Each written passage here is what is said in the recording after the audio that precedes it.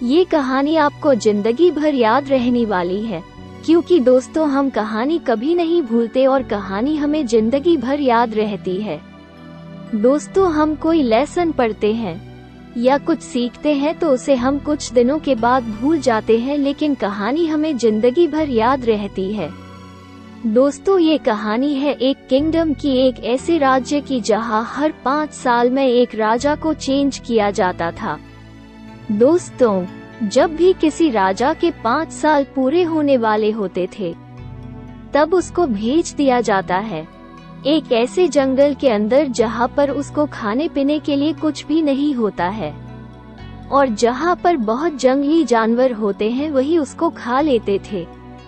दोस्तों उसके बाद एक राजा के 5 साल कंप्लीट होते हैं, तब उसको नए कपड़े पहनाए जाते हैं और उस राजा को हाथी पे बैठाया जाता है और उसके बाद उसको गुड बाय कहने के लिए उसको एक बोट पे बैठा दिया और उसको भेज दिया गया एक ऐसे जंगल में जहाँ पे उसको खाने और पीने के लिए कुछ भी नहीं होता है, जहाँ पे वो अपना गुजारा भी नहीं कर सकता है। जैसे ही उस राजा को भेज दिया जाता है, अब उस राज्य के लोग सोचने लगते हैं कि अब हमारे राज्य का नया राजा कौन बनेगा। तब उनको पता चलता है कि हमारे राज्य में एक बंदा ऐसा है जो बहुत होशियार इंसान है और उसको हमारे राज्य का राजा बना देना चाहिए। जैसे ही राज्य के सभी लोग उसके पास चले जाते हैं और उस बंदे को रिक्वेस्ट करते हैं क्या आप हमारे राज्य का राजा बनोगे, तो वो बंदा मना कर देता है, क्योंकि उसको सारी बातें बताई जाती है कि जब भी हमारे राज्य में किसी राजा के 5 साल पूरे हो जाते हैं तो उस राजा को ऐसी जगह पर भेज दिया जाता है जहाँ पर उस राजा को जानवर ही खा लेते हैं और वहाँ पर जीवन नहीं है। तब उस जगह के लोगों ने उसको बोला कि प्लीज आप हमारे राज्य के राजा बनिए, क्योंकि आप बहुत होशियार और चालाक भी हो और आप अच्छी तरीके से हमारे राज्य को चला लोगे। दोस्तों सभी की रिक्वेस्ट के बाद उस इंसान ने बोला कि हाँ, मैं आपके राज्य का राजा बनने के लिए तैयार हूँ और मैं इस बात के लिए भी सहमत हूँ कि 5 साल के बाद मुझे ऐसी जगह पर भेज दिया जाएगा जहाँ पर कोई जीवन नहीं है। जैसे ही वो इंसान उस राज्य का राजा बन जाता है, तब उसके 3 दिन के बाद वो राजा अपने लोगों से पूछता है कि कौन सी वो जगह है जहाँ पर हर राजा को 5 साल पूरे होने के बाद भेज दिया जाता है। वो नया राजा अपने लोगों के साथ उस जंगल के अंदर विजिट करके देखता है कि कौन सी वो जगह है जहाँ पर सभी राजाओं को मरने के लिए छोड़ दिया जाता है। उसके साथ ही वो ये भी देखता है कि उस घने जंगल में पिछले बहुत राजाओं की लाशें भी पड़ी हुई है और वो जंगल इतना ज्यादा घना है कि वहाँ पर बहुत अलग अलग तरह के जानवर रह रहे होते हैं। उसके बाद उस नए राजा का दिमाग चलता है। वो सब देखने के बाद वो राजा एक गजब की प्लानिंग करता है। वो राजा उस 5 साल में बहुत ही गजब की प्लानिंग करता है। दोस्तों आपको यही से कुछ सीखना है। जब राजा देखता है कि ये बहुत ही ज्यादा घना जंगल है और यहाँ बहुत जंगली जानवर है, मेरे 5 साल पूरे हो जाने के बाद मुझे इस जंगल में तो कतई नहीं आना है और इसके लिए मुझे कुछ करना होगा। उसके बाद राजा अपना दिमाग चलाता है। राजा पहले ही साल में उस जंगल के सारे पेड़ों और पौधों को कटवाता है और राजा ने वो सारी चीजें वहाँ से हटवा दी जिससे वो जंगल इतना घना लग रहा था और वहाँ के सारे जानवरों को भी वहाँ से हटवा दिया। दोस्तों राजा ने दूसरे साल में उस पर और काम किया और उस जगह को ऐसा बनवा दिया जिससे वो जंगल ना लगे। दोस्तों तीसरे साल में वहाँ पे एग्रीकल्चर का काम चलाया गया और चौथे साल में वहाँ पर काफी सारी बिल्डिंग, कॉम्प्लेक्स और रोड बनने भी शुरू हुए। उसी के साथ ही वहाँ पे लोगों ने काफी सारे घर बनाने भी शुरू कर दिए थे। 5वें साल में तो वहाँ पर लोगों का रहने का भी इंतजाम कर दिया।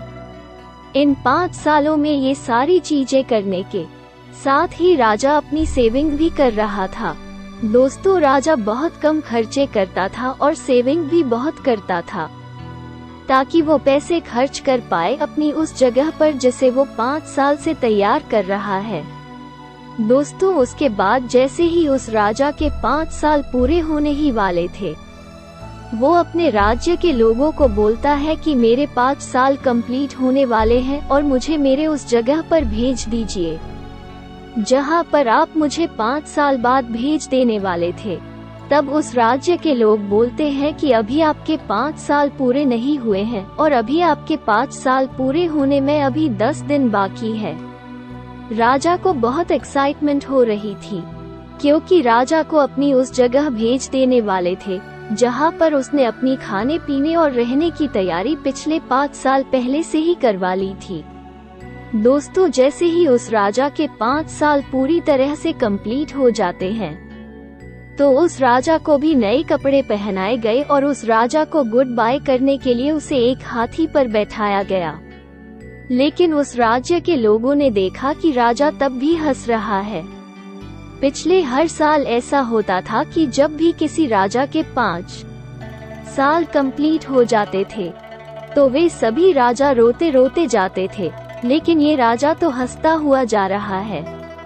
जब लोगों ने उससे पूछा कि आप इतने हंस क्यों रहे हो, यानी कि आप इतने खुश क्यों हो, तब राजा सबको बोलता है कि जब आप दुनिया में आते हो, यानी कि जब आपका जन्म होता है, तो पूरी दुनिया हंसती है और तब आप रोते हो।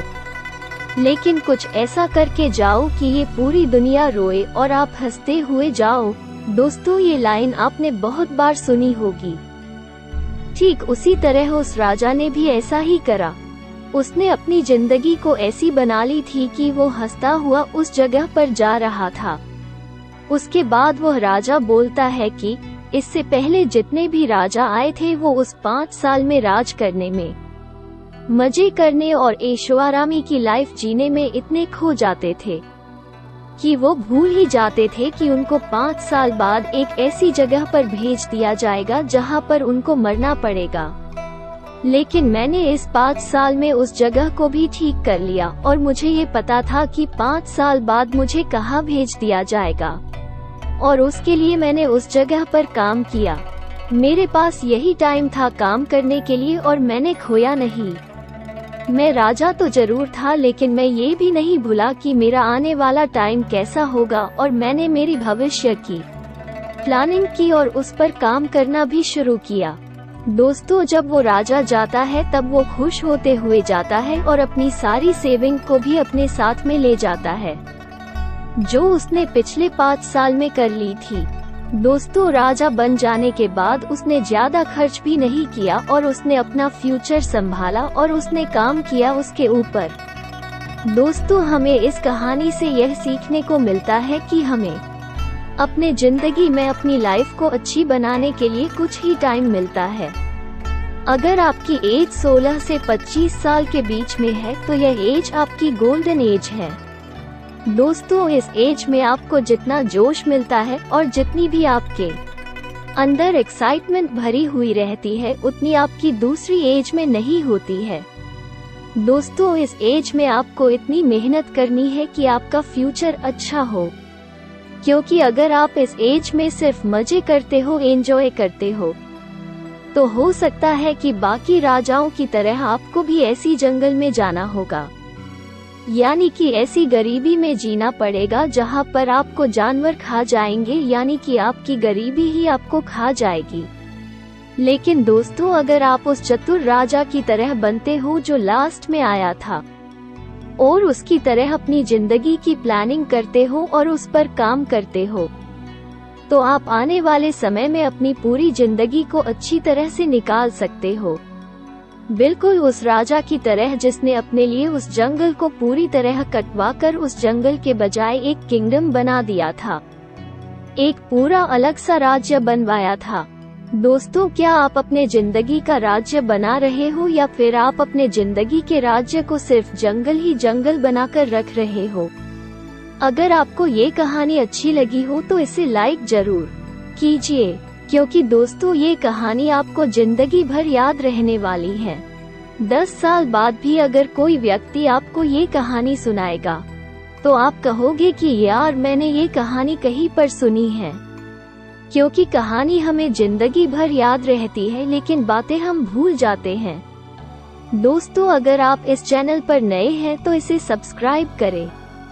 हम आपसे फिर मिलेंगे, तब तक के लिए आप जहां भी रहिए खुश रहिए और खुशियां बांटते रहिए। धन्यवाद।